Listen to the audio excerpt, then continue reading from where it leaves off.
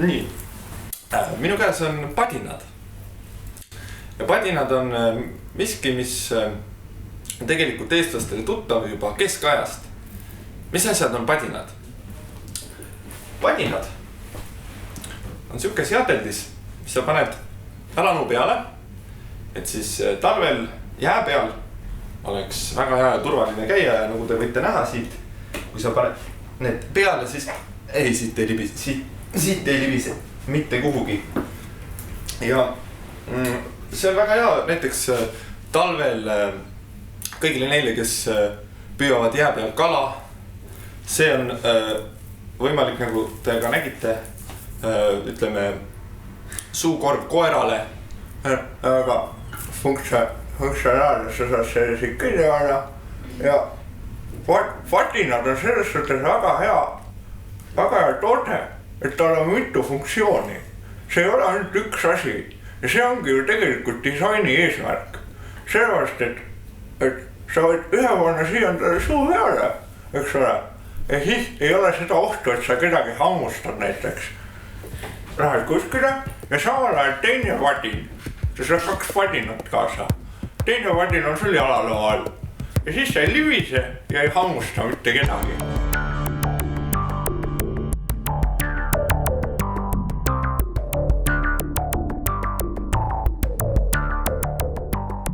Kuigi mõnedele võib jääda mulje, et festival Disainiöö on ainult meelelahutuslikku laadi, on see tegelikult maskiks tõsisematele disaini teadlikkust arendajatele üritustele. Ambitsioonika ettevõtmise raamidesse mahub seminare, võistlusi, näitusi, töötube ja palju muud. Festivali korraldajate peaeesmärk on tutvustada andekaid loomeinimesi, kes on ja kes võiksid olla edukate toodete ja projektide taga. Püüda leida disainist seda olulist uba ja rakendada loovust parema füüsilise ning sotsiaalse elukeskkonna loomise nimel. Disainifestivali alustades me tegelikult ikkagi natukese kopeerisime mujalt maailmast ka, aga mitte otseselt disaininädala printsiipi, mis oli selleks ajaks olnud 1 aasta ainult Londonis ja 1 aasta Helsingis, nemad alustasid lihtsalt 1 aastat varem, vaid pigem me nagu lähtusime siuke Taideid ja Nöö Soomes, et mõeldes selle peale, et meil ju seda disaini nii palju siin veel näidata ei ole, ja sellepärast oli esimese ja teise disainifestivali nimi Disainiöö Arts and Lights in Tallinn Festival. Et mõeldes sellele, et meil on võimalus ka siis kunsti näidata ja ka igasuguseid valgusinstallatsioone. Nii et natuke sai võetud nagu eeskuju siis teistest maadest, aga siin, kui me 2006 siis selle otsuse ära tegime, et seda me hakkame tegema, siis äsja loodud disainikeskus Hõiskas rõõmustused, mis me siis sellest ühest ööst teeme kohe terve aasta. Ja aasta 2006 oligi siis tõesti disaini aasta Eestis ja selle raames toimus disainiöö siis septembrikuus. Ööl vastu 1. oktoobrit 2006. aastal kogunes lõviosa Eesti disainikogukonnast Tallinna Vanalinna, et tähistada esimest korda toimuvat disainiööd alapealkirjaga Ettevaatust disain.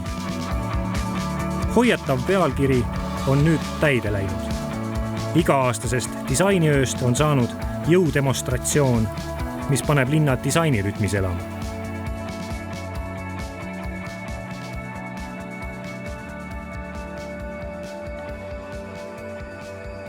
Tornidega laboratooriumi tänavast kujunes välja disainilabor.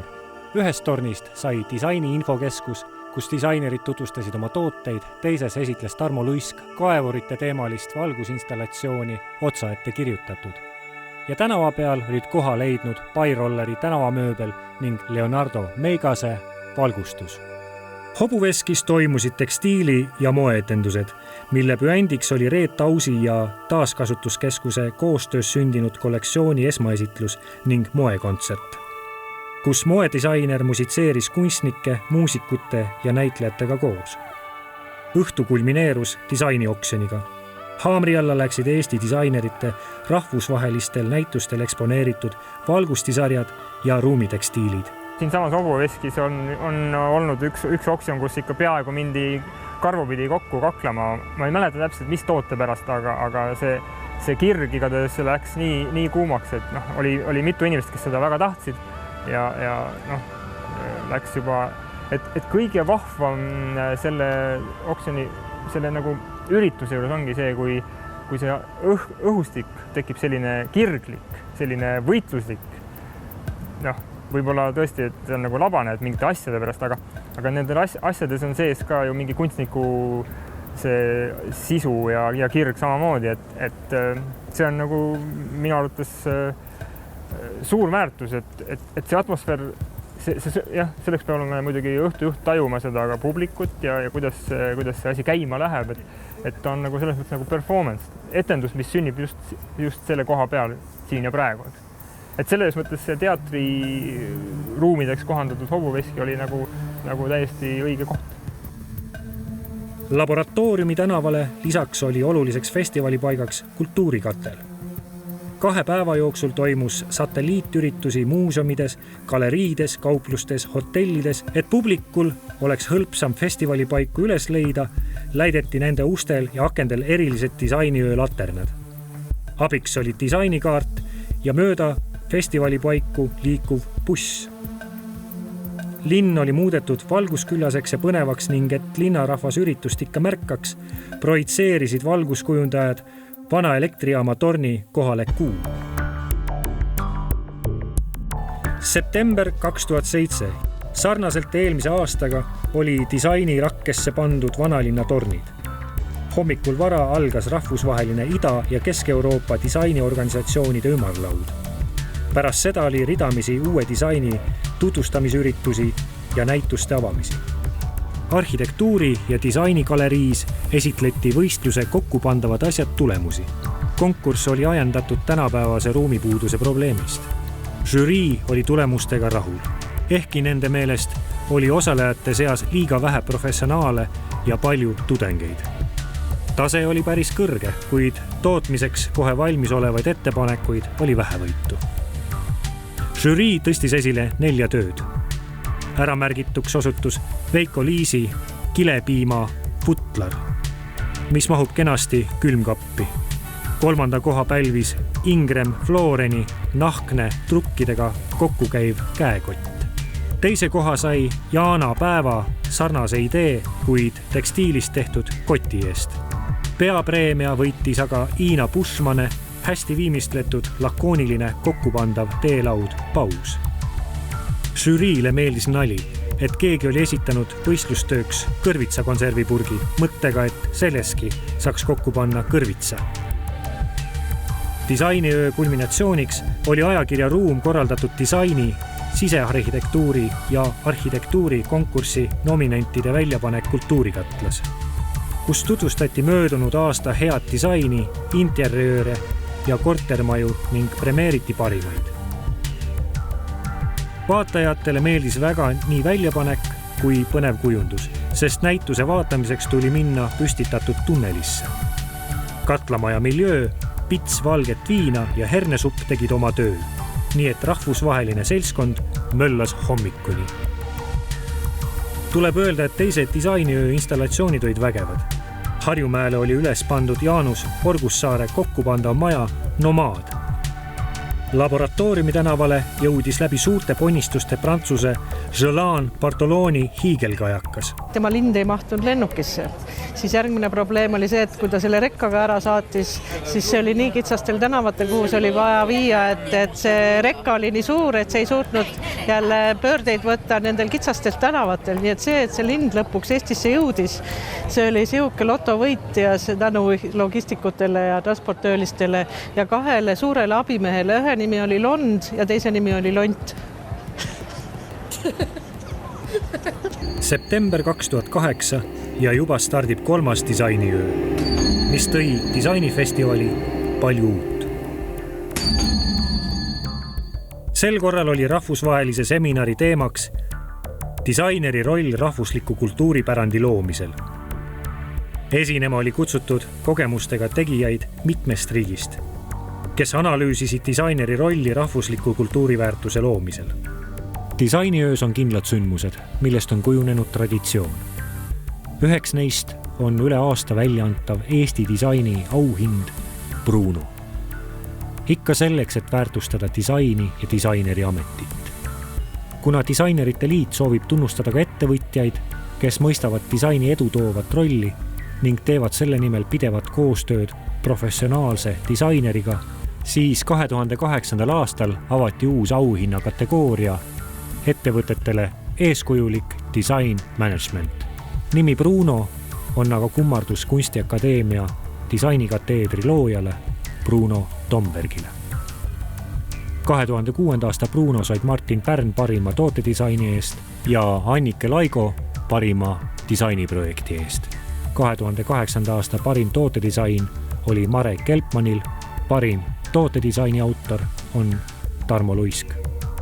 2008. aasta disainiööks soovisid maastikuarhitektid kujundada Raekoja platsist rohelise oaasi, mille nimetasid ööõuks. Autorid tõid Tallinna vanalinna kivisesse keskkonda rohelust ja rahu, rõõmu ja loovust, juhtisid tähelepanu keskkonnateemadele ning säästlikule rohelisele eluviisile. Disainiöö kavast ei puudu kunagi moeetendused ja disainijooksja. Valgusmoe tõi seekord tänavatele ülisuurt menu tekitanud Brasiilia valgusmood. Disainiöö tõi ka Drive-in kino Tallinna. Filme sai vaadata nii kultuurikatla saalis kui ka kinobussi vahendusel vabas õhus. Filmiprogrammi naelaks kujunes ruumilise kino näitamine. Disainiööl toimus esimene Pecha Kucha Eestis. See on kogu maailmas tuntust koguv vabas vormis mõttevahetusviis, kus iga esineja tohib piiratud aja jooksul tutvustada oma ideid ja näidata slaide. Esimene nakatav Pecha Kucha toimus Tokyos aastal 2003 ning seda on järgitud enam kui 50 riigis üle maailma. Toonase disainiöö märksõna oli süntees ning ere näide sellest, kuidas muusikat ja kunsti siduda, sai teoks Villu Veski multimeediaprojekti. Disainiöö tutvustab igal aastal ka mõnda väliskülalist. 2008. aastal oli külalisi Islandilt, Poolast, Portugalist. Aga mullusest disainiööst oli erinev see, et disainiöö põhitegevus oli nüüd koondunud kultuurikatlasse. Ja Eesti disaini esindavad firmad tulid oma väikese väljapanekuga sinna, kus samal ajal oli Islandi disaininäitus ning Eesti disainerite installatsioonid ja väljapanekud. Aasta on 2009. 4. disainiöö toimumiskohaks oli valitud Rotermanni kvartal, mis tänu selgelt piiritletud alale ja tegevuskohtade laiale valikule tuksus kindlasti tavapärasest kiiremini. Hea ülevaate hetkeseisust andsid 2 näitust. Disainielevaator ja arhitektuuri, sisearhitektuuri ning esemedisaini koondav konkurss ja näitus Eesti disain ja elukeskkond 2009. Just sisu poolest pakkus huvi näitus hiiglaslikul 1000 ruutmeetrisel alal elevaatoris, mis andis kirju pildi Eesti disainis liikuvatest jõududest. Nii eristusid selgelt juba pikemat aega tegutsenud disainerid, kelle töid iseloomustab läbimõeldus ja lõpetatus. Oli ka väga noori esinejaid, alles alustavaid ja loodetavasti tugeva potentsiaaliga tegijaid. Prooviveskis seevastu polnud eksponeeritud mitte enam katsetav ja eksperimenteeriv osa, vaid kindlalt pinnalt omavahel konkureeriv kogum arhitektuuri, sise- ja esemekujundust. Siinse valiku olid suuremast hulgast välja sõelunud kompetentne žürii ja auhindu jagus mitmes kategoorias. Eestis toimuvaga paralleele tõmmata andis põhjust Kimperimaade disaini ülevaateid, mille keskmes valdavalt tänane tootedisain ja kus sai pildi eelkõige eri riikide tööstuslikust võimsusest ja haardest. Aasta on 2010. Esmakordselt oli kavas immateriaalsele disainile keskenduvaid üritusi. Räägiti sotsiaalsest disainist, kaasati erinevaid inimgruppe, püüti ümber disainida Tallinna linna. Arutleti selle üle, kuidas disaini juhtida ja kuidas disainida juhtimist. Prooviti lahti seletada teenuse disaini mõiste. Nii oli disaini ja igapäevaelu piire kompavate moeshowde, näituste, oksjoni ja satelliitürituste kõrval suur osakaal ka seminaridel, konkurssidel ja töötubadel. Disainiöö ajal alustas Eesti Disainerite Liit projekti Tallinn kõigile.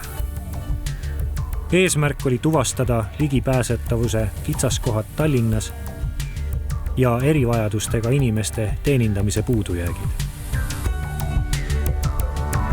Juba 5. disainiöö toob taas fookusse parima, mida Eesti disaineritel pakkuda on.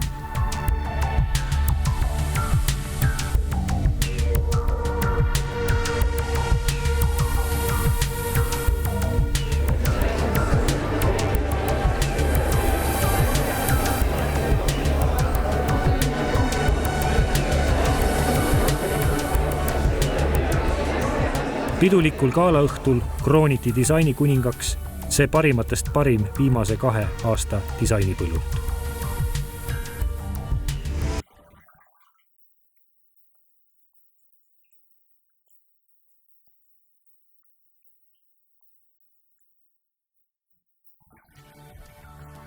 Disainiöö raames maandusid Tallinna vaid 3 päevaks Hollandi disainerite fantaasiad jalgrattateemadel. Väljapanekul näidati 6 tähelepanuväärset jalgratast ning valikut objekte, mis on kas jalgratta osadest valmistatud või jalgratast inspireeritud. Disaini-ideed olid koondatud ühise nimetaja moedisain teie teenistuses alla. Ja laval oli muuhulgas näha tõepoolest teenusdisaini moe paremikku. Tiina Talumehe võidukollektsiooni Estonian Airile ja Tallinn Tollsi rõivaid LHV töötajatele.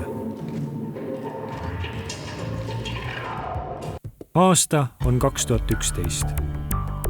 Festivali süda tuksus Rotermanni kvartalis.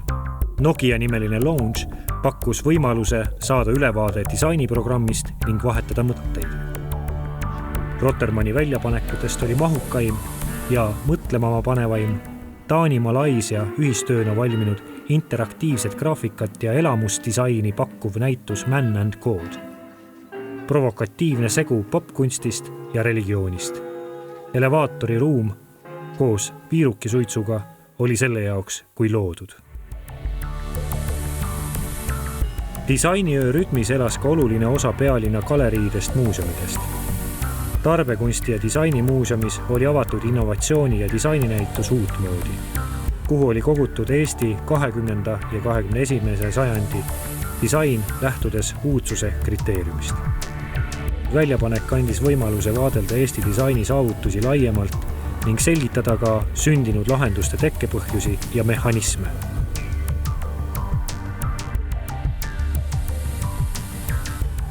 Disainiöö rahvusvahelise programmi tähtsündmuseks oli kindlasti Kumus toimuv 2011. aasta Euroopa disainijuhtimise auhinna kandidaatide näitus ja auhinna gala. Tegu on omamoodi disainimaailma Oscaritega, millega tuua disaini enam meedia fookusesse. Suvel valis rahvusvaheline žürii välja auhinna 2011. aasta kandidaadid. Nimekirja pääses ka 2 Eesti firmat. Meediaettevõtte Velvet ja kohvik Supersaksad. Kumus toimunud auhinnagaalal tunnustati neid aukirjadega. Kuid festivali pudemeid jätkub üle linna. Näiteks Vabaduse väljakul oli hiiglaslik Gulliver Map, kus kujutatud vanalinna kaart, kuhu sai igaüks kirjutada oma ettepaneku linna paremaks toimimiseks.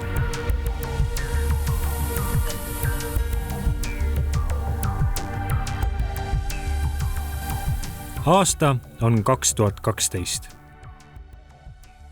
Toonane disainisaak oli vägev. Kõik disainikategooriad, milleks on toote, graafiline, veebi ja teenusdisain ning noorte looming, on koondatud nüüd ühe katuse alla. Ja üheaegselt avati näitused ning koos toimus ka autasustamine suurejoonelisel gaalaüritusel.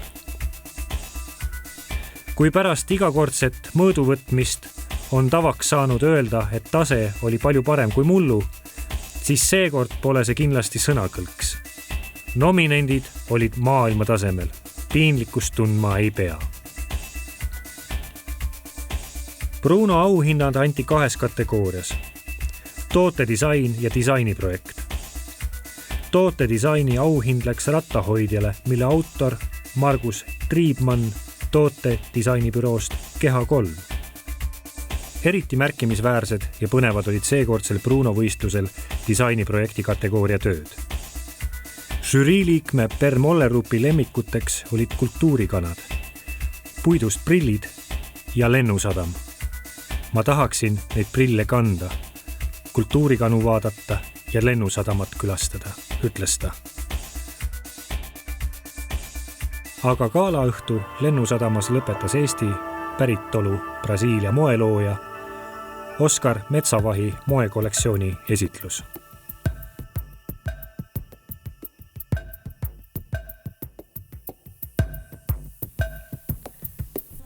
Aasta on 2013. Disainiöö üks peateemasid oli tervishoiudisain. Disainiöö raames toimus tervishoiudisaini seminar, kus räägiti lugusid disaini rakendamisest Inglise, Soome, Taani ja Eesti tervishoius. Tervishoiudisaini seminar ja töötuba toimisid Eestis sellisel kujul esimest korda. Ega see ka päris levinud ole, et disainerid töötasid patsiendi varjuna ning tegid perearstikeskustesse simulantvisiite. Kõik ikka selleks, et välja selgitada terviseteenuse ja vastava keskkonna tugevad ja nõrgad küljed, et info põhjal välja arendada uued teenusemudelid või tõsta praeguste tõhusust. Töögrupis olid tootedisainerid, teenusedisainerid ja Tallinna Ülikooli ning Tallinna Tehnikaülikooli tudengid. Sillaks tervishoiutöötajate ja disainerite töögrupi vahel oli meditsiiniharidusega Ain Aaviksoo. Seekord oli disainiöö peakorteriks Kunstiakadeemia platsile püstitatud suur telk, mis oli sisustatud Eesti disaini uuemate toodetega. Telgi ümber laiusid Kunstiakadeemia tudengite kontseptuaalsed maastikuobjektid, pikk laud ja nii nimetatud kodutud aiad. Valgusihud, mis majakana taevasse suunati, meenutasid Kunstiakadeemia kunagist maja. Lõppes võistlus Eesti disaini juurte juurde. Pärjati võitjad ja huvilised said vaadata nominentide näitust arhitektuuri- ja disainigaleriis. Disainikonkursile esitasin sõrmkindlad, kus on kombineeritud 2 esmapilgul ühtimatut materjali. Kodumaine villane selikukangas ja maailma tippkvaliteediga kinda nahk. Rahvuslikke triibulisi kangaid on erinevates rõivaesemetes ja aksessuaaridesse väga palju ekspluateeritud, aga mulle teadaolevalt pole sellist kombinatsiooni nahast ja triibukangast veel kasutatud. Küllap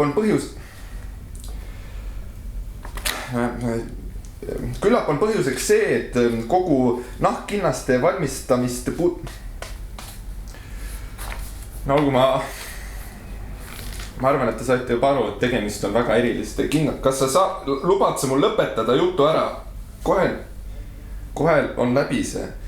Väga erilised kindad, rahvuslik muster, nahk ja kangas. Aitäh, vaata mulle siit kannatati. Aasta on 2014. Lahti läks 9. disainiöö, mis tõi disainihuvilisteni sõõmu rahvusvahelist disainimelu ning tutvustas head Eesti disaini. Sündmuste peakorteriks oli siis teater No 99, kus toimusid mõttevahetused ning disainiparemiku näitus. Hollandist pärit disainer Täin Neilemans ning sisearhitekt Liina Vaino esitlesid kunagise Heliose kinoruumides projekti Disaini vigad, mis koosnes ilmekatest hea ja halva disaini näidetest. Need olid kokku kogutud nii disainihuviliste tähelepanekutest suhtlusmeedias kui ka seminari Disaini vigad ja õppetunnid parimatest paladest. Tegu polnud lihtsalt väljapaneku, vaid näitus aruteluga. Üks disainifestivali kõrghetki oli Lilleküla jalgpallihallis toimunud Eesti disaini auhindade gala. Parima tööstusdisaini kategoorias võitis Mihkel Küssoni nutiseadmetega ühendatav mini-ilmajaam. Parima autoridisaini kategoorias võidutses ühest kohast teise tõstetav valgusti riidepuu. What? Ehk mida? Mille autor on Tarmo Luisk. Mulle tundub, et disainerite jaoks on see iga-aastane disainiöö siuke hea võimalus rutiinist välja tulla, et olla kursis sellega, mida teised teevad, mis tehakse välismaal, mida teevad kohalikud disainerid, siis natukene mõõtu võtta, sellepärast et igal disainiööl on konkursid, et läbi nende konkursside ja ka väliskülaliste on tegelikult väga hea võimalus saada tagasisidet välisekspertidelt, ja tegelikult ka omavaheline suhtlus, sest et festivali ajal on tegelikult siuke natukene kõrgendatud meeleolu ja inimesed on natuke sellised sõbralikumad ja avatumad ja kuidagi sõbrunevad kergemini ja mõnusamalt, et mulle tundub, et igas valdkonnas on vaja sellist ühte festivali meeleolu aega, kus korra võetakse aeg maha ja põhimõtteliselt vaadatakse peeglisse, et millega on hakkama saadud ja kas kõik on hästi ja kui ei ole, et mida siis saab paremini teha. Ma arvan, et ühiskonnale on disainiöö avanud laiemalt disaini mõtet. Samas kindlasti ka päris paljusid hoopiski segadesse ajanud, sest disain hõlmab nii paljusid valdkondi iseendas ja me oleme ka disainiööle kaasanud ju seda võimalikult laia spektrit, et mitte väga selgelt piiri tõmmata. Kohati võib-olla ongi liiga laiaks läinud. Samas erinevate teemade püstitamine iga-aastaste festivalide kaupa aitab jälle targal vaatajal, kaasatulijal enda jaoks kindlasti fokusseerida see kõige põhilisem.